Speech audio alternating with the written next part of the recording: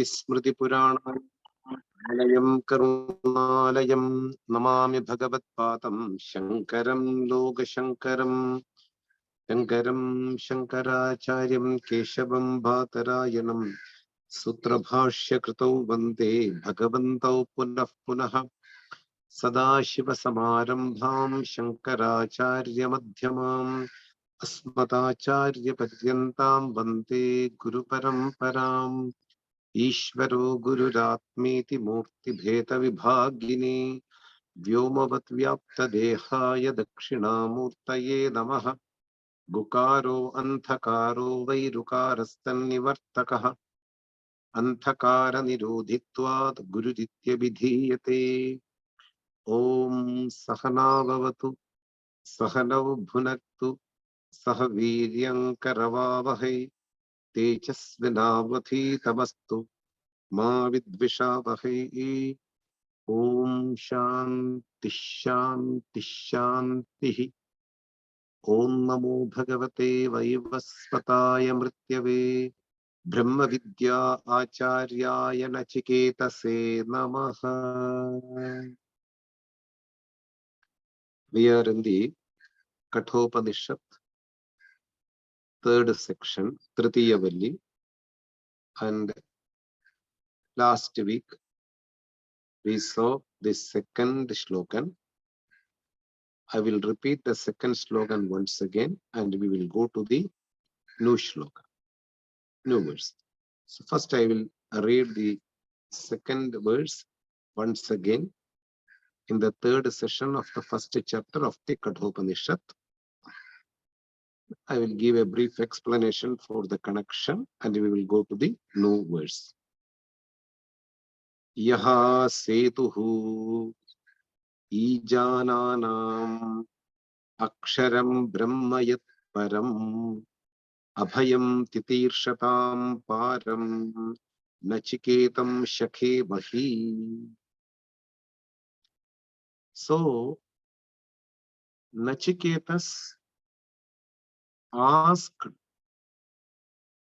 a boon as a second boon from the Lord Death, that there are people in this world where I live, in this death and birth circle samsara, those who are interested to go to heaven, where sensual pleasures and comfort are much far better than our world where we are living. So Nachiketas asked the Lord of Death that, may you please give me a means to reach heaven, so that the people who are living around me and those who are interested to reach heaven, they can go to heaven. So may you please give me a means to reach heaven. Then the Lord of Death rewarded as a second boon a fire ritual called Nachiketa Agni. Then he is praising that fire ritual what he has given to Nachiketas. Of course, Nachiketas, this fire ritual will help a person to reach heaven. Not only that result from this ritual, but also it can be used to reach the imperishable, indestructible Brahman, which is the ultimate goal of each and every human being. Yat param aksharam Brahma. For reaching that ultimate human goal, one can use this fire ritual as a bridge. Setuhu, bridge. Bridge will be always connecting from one shore to another shore. From the death and birth cycle, this is the one shore where we are living. From there, if you do this fire ritual properly with a proper attitude, you will reach to another shore, which can be used to reach heaven also. At the same time, you can use to reach the ultimate Brahman also. Aksharam Brahma Yat Param. And that Brahman is Abhayam. Abhayam means fearless, where there is no fear. A status attained where there is no fear. You will not be insecure due to your physical limitations. You will not be fear about the mental activities. You will not be fear about the situational issues. Where there will be a stability, where there will be a fearless state, that Brahman one can reach if you do this fire ritual properly with an attitude of that whatever activities I do in this world is only for pleasing the all-pervasive Lord. Keeping this attitude, if one can do this fire ritual, see, not only fire ritual, any activities which are our responsibilities, which are in front of us, if one do with a proper attitude, if one can do with a proper attitude, that person's mind will get easily clear, will become a pure mind. A pure mind is eligible to receive the knowledge of Brahman from a traditional teacher. As long as the mind having impurities, it will not be able to grasp the knowledge, even if you can listen 100 or 1,000 times from a traditional teacher.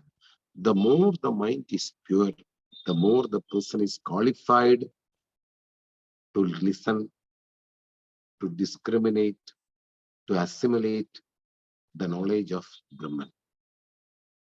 So, this Nachiketa Agni, this fire ritual can also used to reach the ultimate goal, which is fearless, which is also the next shore of this bridge or the destination of this bridge. Those who are interested to cross the death and birth circle, to cross over, one can use this Nachiketa Agni, the fire ritual, which got the name of Nachiketa Agni. In the name of Nachiketas itself, this fire ritual will be known. Lord Yama rewarded that. That fire ritual has two purposes. You can use to reach heaven, or you can use to reach the ultimate goal, Brahman. Shakhe Mahi. We can resort, we can take as the abode this fire ritual to reach the ultimate Brahman. This is the meaning of the second verse which we saw in the last class. Now we are going to the new verse which we have to see today.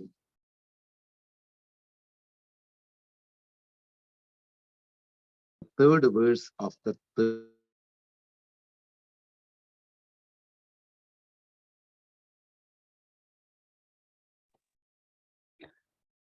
The sound is not working. Glipji. Sound is not. Now it's back. Better? Yes. Okay. Atmanam Rathinam Vidhi. Is it okay now? Yes, it's okay. Something happened and the sound was cut. It's not a matter of a distance. It was okay before. Yes. Now it's yes. Clear. Clear. We will see. We will read.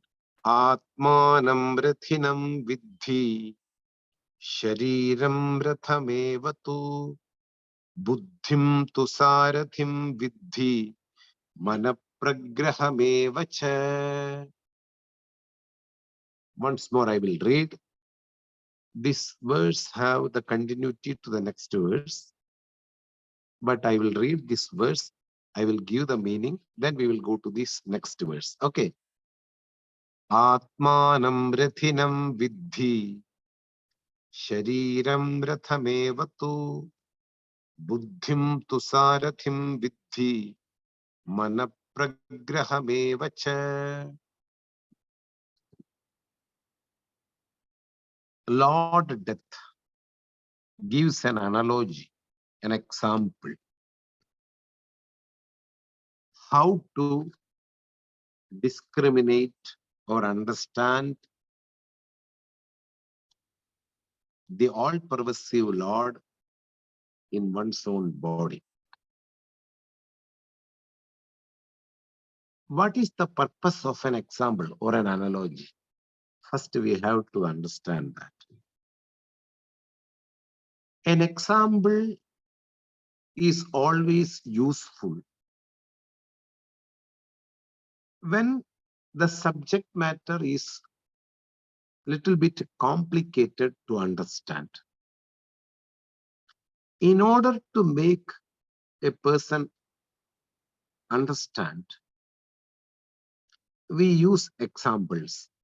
Suppose something is unknown for a person and it's not available right now, then we can give to that person the subject matter through an example. A stock example of Lord Shankara. There is an animal called a Nilgai. It's not a cow, it's not a deer, it's not a horse. But few features of all these three animals are there in Nilgai. It has a black body with a blue shade. The face will be like a deer. The tail will be like a horse. The body and the neck will be almost like a cow.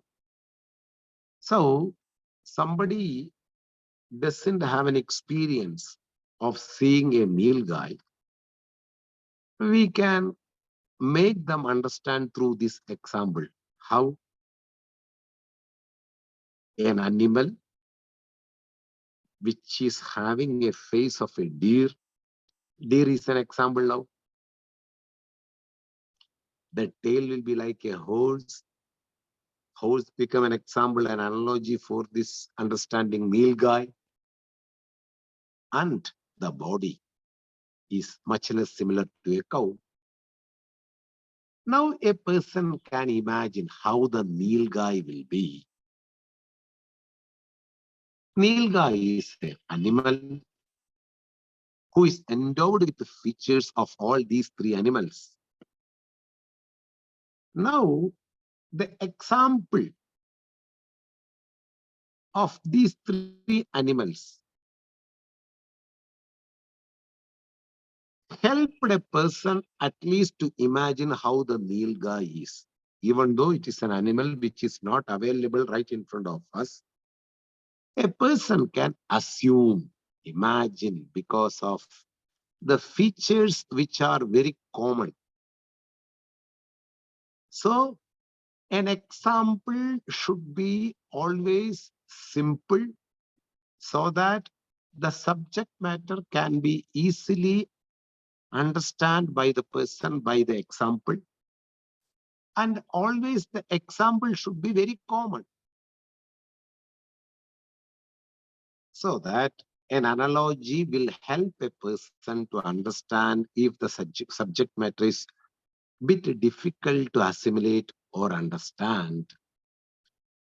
That is why Lord Death gives an analogy of a chariot. We are going to see. Now the sound is clear or not coming? Can we understand for them what I'm saying? Is it It's okay? perfect. It's clear. Okay. Okay. So, Atmanam Rathinam Vidhi. This is the first sentence.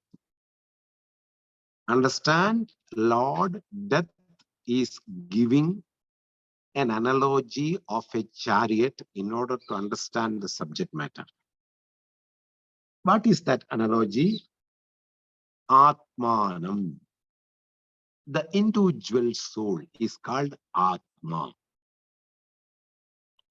May one assume the individual soul, the Jivatma, who is in the physical body, as the owner of the chariot. Rathinam Vidhi.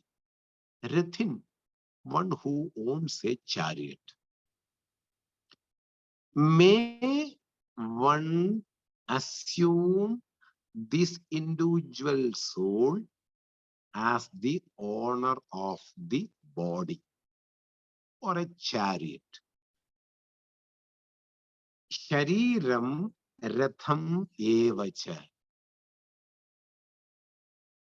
May one assume this body as a chariot, Ratham. See, in India, all the pilgrim places or temples will have a chariot, but the chariot is not familiar outside India. But in India, each and every temples will have a vehicle called chariot.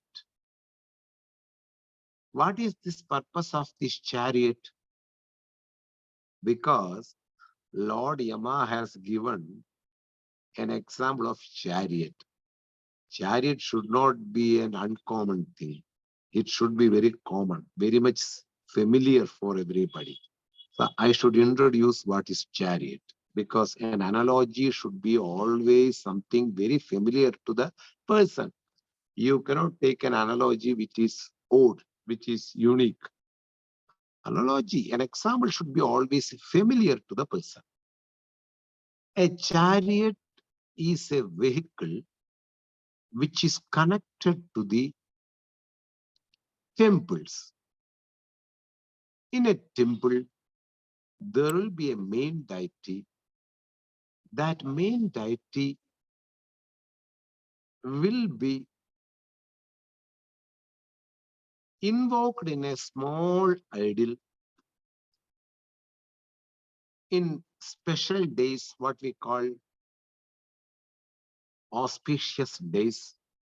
Every temple will have certain auspicious days. On that auspicious day, on that auspicious occasion, this main deity will be invoked in a small deity, much less similar to the main deity. And this small deity, which is made of a metal, will be kept in a chariot. And this chariot will move around the village or the city in order to give blessings for the society and the people who are living around the temple. In every occasion, auspicious occasions, what we call celebration,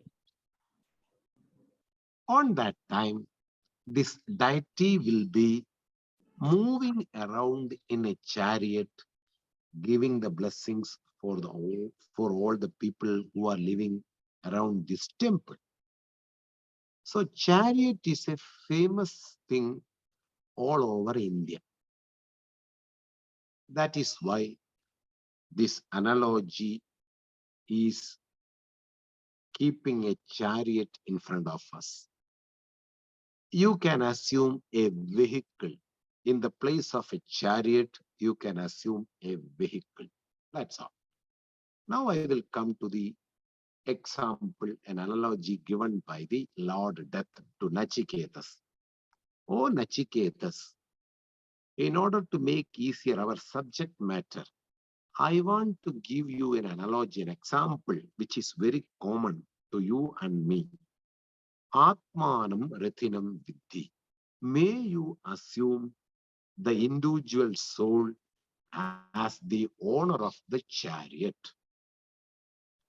Shariram Ratham Evacha. May this physical body be the chariot of this individual soul, which is owned by this individual soul. Ratham means chariot. As this individual body is considered as the chariot, a vehicle. And the owner of this vehicle, the Ratham, is the individual soul. Individual soul means the all-pervasive soul itself is called individual soul or Jivatma. There is no division between the all-pervasive soul and the individual soul. It's only a imagined separation. There is no separation between one single space.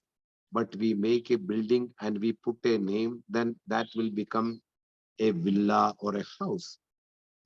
When we make another building in a place and we put a name, then it will become another building. But really speaking, there is no separation in the space. You cannot separate the space into two. You can create some walls around one place and you can give a name for that place. That's all. Really speaking, the space is always indivisible. You cannot divide the space into two or so many. Whether it is America, whether it is India, whether it is Germany, whether it is Russia, whether it is UK, these are all one space. Human being, for the sake of living, we made a border, we made a country, etc., etc. There is only one space all around the world.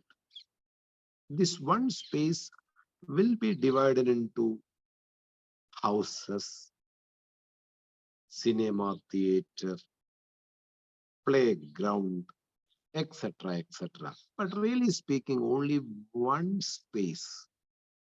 This one space, how by the construction of certain walls and rooms, it gets some different names. In the house itself, we say this is kitchen, this is my reading room, this is bathroom, this is my work area, this is garden, this is the car porch. All these names are due to our construction of the walls. Really speaking, there is no division between kitchen and the car porch. Everything is located in one and single place. That is one single place all around the world. So there is no division for the space. Really, similarly, there is no division for Atma. There is no division for the all-pervasive consciousness. When the all-pervasive consciousness is seen through a human body, it is called individual soul. When this all-pervasive consciousness, when we see through a pig body, it is called pig. That's all. When this all-pervasive consciousness, when we see through a star, we say it is a star. It is a mountain. It is a river. But really, this empirical division never exists in the ultimate consciousness. So individual soul, when I say it's a formal way of communicating, that's all. There is no such division. There is no individual soul. There is no ultimate soul. No. There is only one Atman, pure consciousness. When this all-pervasive consciousness obtains in a human body, it is called individual soul. Now, this individual soul is to be taken as Rathin, the owner of the chariot. And Shariram, what is Shariram? This physical body is called Shariram. Shiryamanatvad Shariram.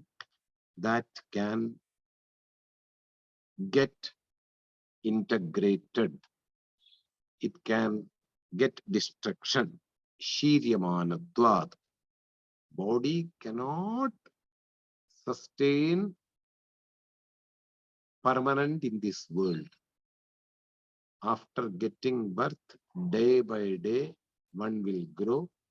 According to the growth, one will change from the child to a kid, to a baby, to a boy or a girl, then a young man or a young woman, then again a mature woman or a mature man, then after that an old man or an old woman. At last, this body is no more. That is why it's called Shariram. That which is subject to destruction is called Shariram. Shariram Rathamevacha. May one take this physical body as the chariot. Ratham Evatu, indeed. And who is the driver? Who is the person driving this chariot? Buddhim tu Sarathim Vidhi. Sarathi, who is always in the driver's seat, Sarathi. That is why Lord Krishna is also called Partha Sarathi, a person who driven the chariot of Partha Arjuna. Arjuna, we are well known, we know that one among the 5 brothers of Pandavas. Between Arjuna and Lord Krishna, the Bhagavad Gita happened. So Krishna also have a name called Partha Sarathi. Similarly, Sarathi means one who controls, one who drives the chariot is called Sarathi. Of course, the intellect is the controller of the physical body. Very important analogy from the Lord Death. You know, our physical body won't take any decision. Physical body acts according to the decision taken by the intellect. Always. Intellect plays the key role for each and every actions. That is why Sarathi, the buddhi, the intellect, is the driver of this vehicle. Of course, more you are discriminative, more you will reach the goal, it's going to say. Now, for the time being, we understand the analogy properly. Intellect is the driver of this chariot, and Manaha Pragraham Evacha. Manas, mind, is the reins. When there are horses, we have to control them through the reins which are connected with their body. Now the technology has changed. We are now using cars, etc., etc. So, accelerator, clutches, brake, steering, lights. All these things are manas in the world of technology. So, manaha pragraham evaja. Reins for a chariot, the horses which are connected to the chariot is being controlled by the reins. May one assume these reins are manas. So I will tell the example once again of this verse. Atmanam rathinam vidhi. may one understand the honor. Physical body has an honor who is called individual soul, by for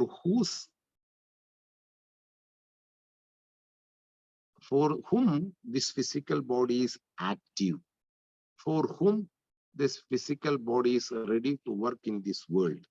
Atmanam rathinam vitti, shariram rathamevatu. This physical body is to be assumed as the chariot. Buddhim tu saratim vidhi. Buddhi. Buddhi means intellect. Intellect is the driver, chariot. Buddhim tu sarathim vidhi. May one understand this mind is the driver of this vehicle, ratham, chariot, and reins of the horses, which are used to control the horses where the chariot should go. That reins, a manas, the mind is the reins of the horses, which are connected to chariot. Of course, the horses will drag the chariot to the places, Nowadays, it's all changed. Still, the example is worthy. So this is the example given. Now, I will go to the fourth shlokan, which is connected to this verse. I will read and I will give the example. Indriyani hayanyahuhu vishayansteshu gocharan atmentriyamano yuktam bhoktetyahurmanishinaha. Once more I will read. Indriyani hayanyahuhu vishayansteshu gocharan atmentriyamano yuktam bhoktetyahurmanishinaha. Indriyani, continuing the analogy by the Lord Death to the Nachiketas. Remember, an example make the person to understand the thing more easier. This is the purpose of an example.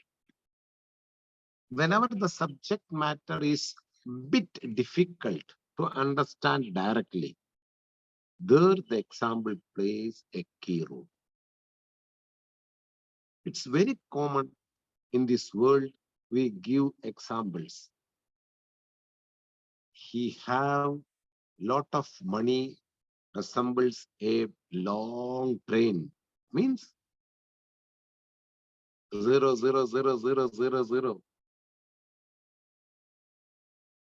means lot of money which is having a long zeros. So to understand in a simple way, examples are very useful. So here, the continuing the example by the Lord Death. Indriyani hayanyahu. They declare, the rishis, the formal teachers, Lord Death is addressing the traditional teachers who were before him. Ahuhu, they declare, the traditional teachers declare that Indriyani, the senses. We have different senses, no? Senses of hearing, senses of seeing, senses of smelling, senses of taste and speak, senses of touching. These 5 senses are very important in order to deal with to deal with the world. Because these five senses bring all the information to the mind, we understand the world. So these senses are to be assumed as horses. Of course, they have the speed of the horse. It is believed in this world,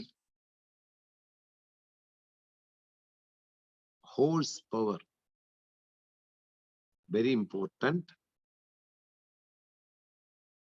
to reach a place, a destination. In the olden days, we were relying on the horses because it can ride through mountains, through deserts, through seashore, through hill areas, through a rough road, wherever it may be.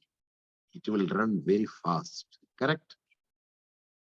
Compared to any other animal, these horses have tremendous capacity in stamina also, and also going fast, keeping a good amount of luggage on the top.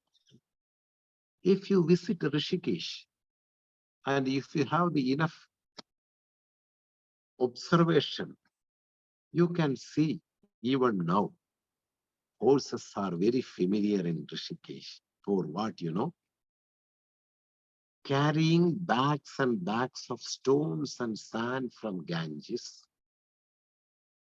onto the building places where the tractors are incapable to move, because if you want to collect some stones, some sand from Ganges, tractors or trucks cannot go near to the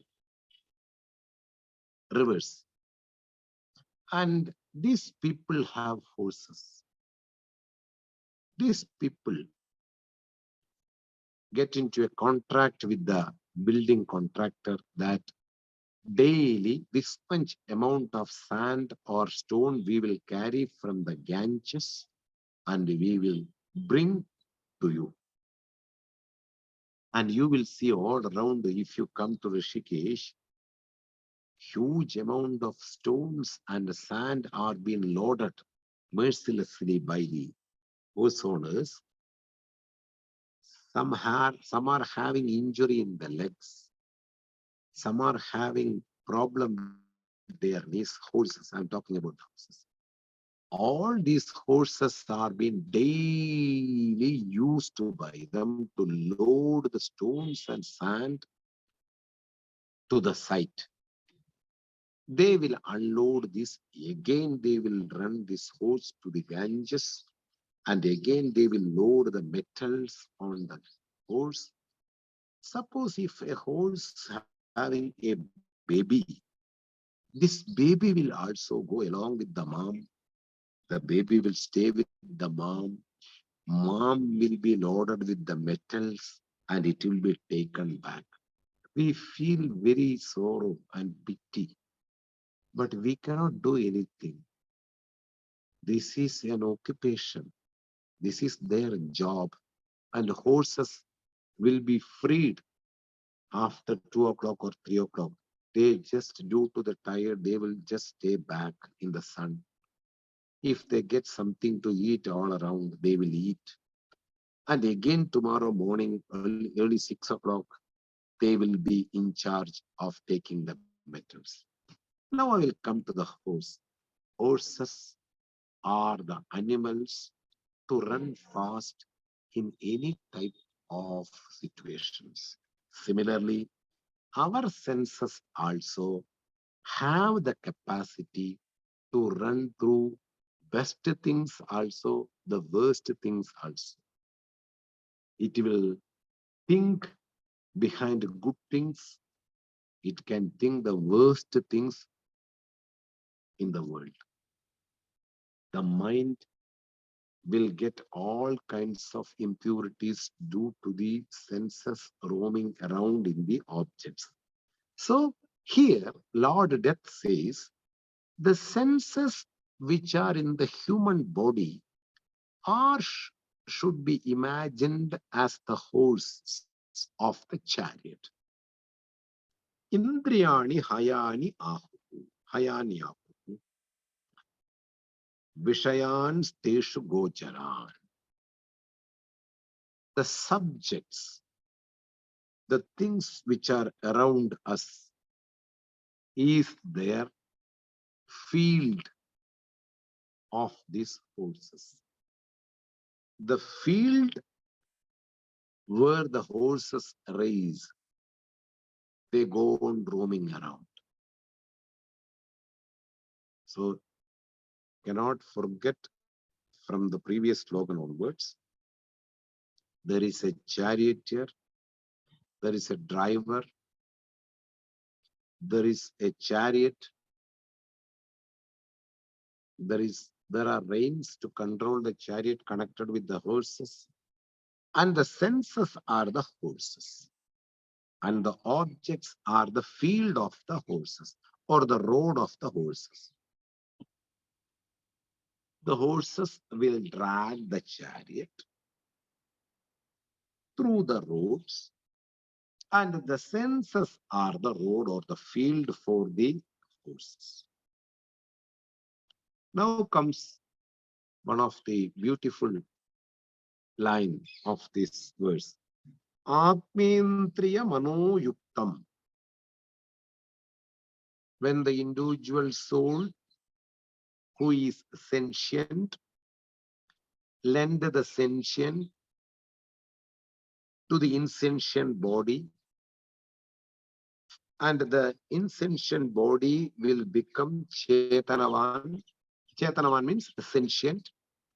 And from this body, these senses also will be sentient. In reality, body is not sentient itself. The senses are not sentient itself.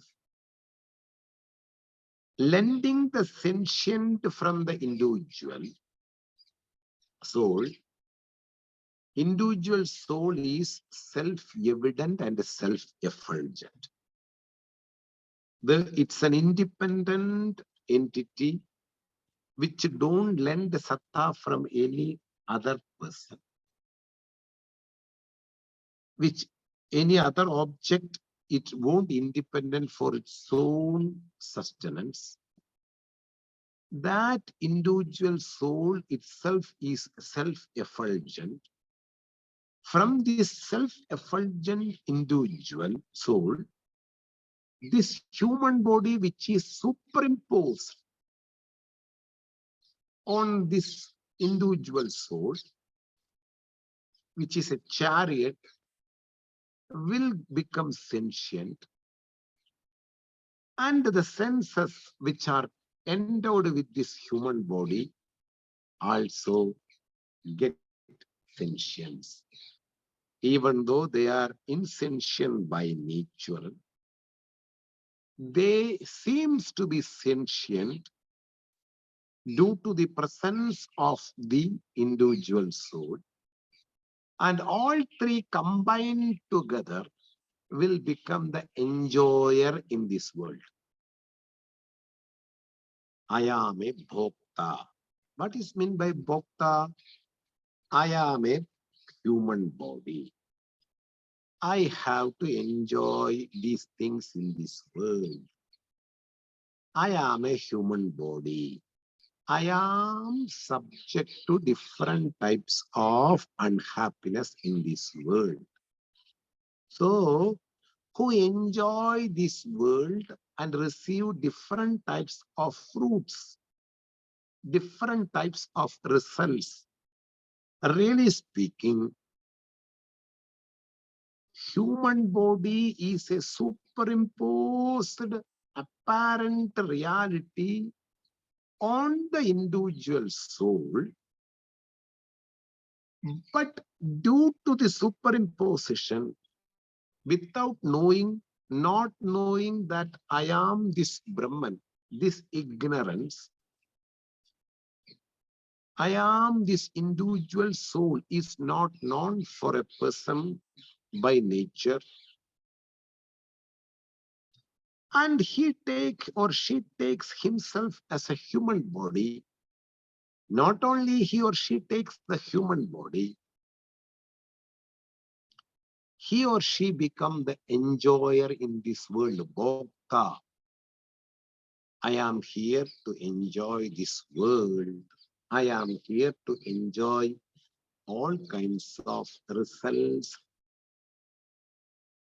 which are getting by the actions done by the body. So, Lord Death says, mutual superimposition. That means sentience is being superimposed on the body, and the individuality or the individual soul is also being superimposed on the human body, and the human body is mistaken as the life, the real thing in this world. There is a mutual superimposition, which is subject to destruction, is considered as a reality, and which is insentient is considered as sentient. And the bhokta, the enjoyership, is superimposed on the individual soul. That's why I told you mutual superimposition. The sentience is superimposed on the human body, and the enjoyership is superimposed on the individual soul. Really speaking, the all-pervasive consciousness, which is nishkalam, which is free from parts, which is not like human body, which doesn't have any name and form, is not an enjoyer at all. Is akarta apokta, free from all kinds of activities, because an action is always presupposed by the desire. Desire is always presupposed by the ignorance. When we know that Atma is ever pure and free from all kinds of desires, there is no ignorance, there is no desires, there is no activities. As an individual soul, if I come to know, my body have different activities even after getting the knowledge, but I am not the body. For example, when I am teaching, I am doing a job, I am doing an activity, but I am not doing. There are some prarabdha, there are some destiny. Every particular day will bring certain actions to be done for this body. As an individual, when I come to know I am this individual soul is nothing but the all-pervasive consciousness, I don't have any activities. But an ignorant person thinks that he is a human body, he is sentient, and he takes this individual soul as an enjoyer. So there is a mutual superimposition. Individual soul, which is free from all kinds of activities. Some celebration is going on. Don't worry. Rishikesh will always have some celebration each and every time. Individual soul is free from all kinds of activities. Still, this individual soul is considered as the enjoyer. That means I myself considered as an enjoyer. And this human body, which is insentient, which is a superimposed apparent reality, is considered as a real thing, and it is also considered as a sentient entity. There is a superimposition. Lord Death says, who is enjoyer? Enjoyer is a mixed up thing. Three things are combined. The individual soul, which lend the satta, and Atma, Indriya. Indriya means senses, which is in the body, and manas, the mind. All three comes together to become an enjoyer. Really speaking, there is no enjoyership. I am the pure consciousness which is free from all kinds of desires and activities. Aham akarta. I am a non-active personality who is performing nothing. And I am also not an enjoyer. So here Lord Death says, Atma Indriya Mano Uyuktam. When these three things comes together, people misunderstand as an enjoyer.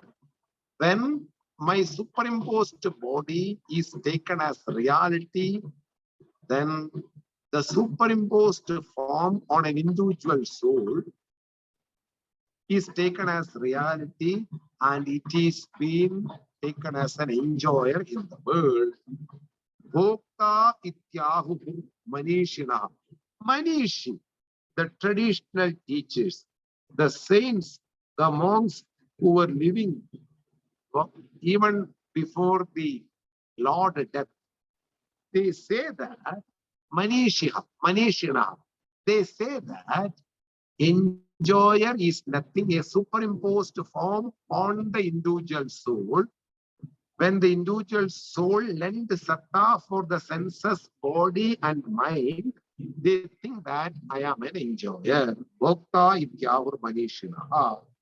And the indriyas, the senses are the horses, and the vishayaha, the objects which are around me, are the roads for the horses. And the enjoyer is a superimposed form on the individual soul, which is not separate from the all-pervasive consciousness. This is the meaning of the fourth verse. I will read the fifth verse and I will give the meaning in the next session.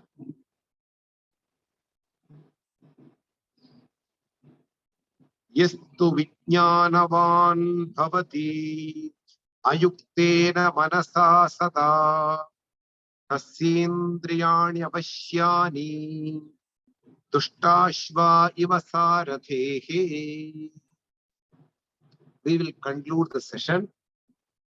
We will see the meaning of this verse, continuation of these two verses in the next session, in the next Sunday.